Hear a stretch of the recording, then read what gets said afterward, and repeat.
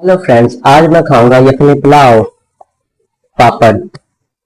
इस पापड़ का नाम है यखनी पुलाव। आपको क्या लगा सकते हो कि अलग यखनी पुलाव खाऊंगा, मेरे पास इतने पैसे नहीं होते। तो चलिए, 10 रुपए का है पापड़, इसको हम खोलते हैं और खाते हैं और देखते हैं क्या क्या है। आप लोग तो जानते हो ना कि मुझे पापड़ कितना पसंद है।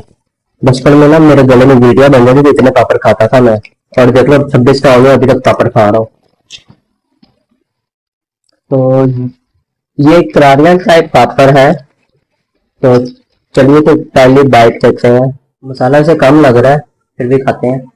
क्रिस्पी है और मसाला लाइट ही है, ज्यादा मसाला नहीं है। मतलब अगर 5-6 साल का बच्चा भी खाना चाहे तो खा सकता है। मजे क्या है। इसका मैं रेट करूंगा 8 आउट ऑफ 10। मजा आ गया।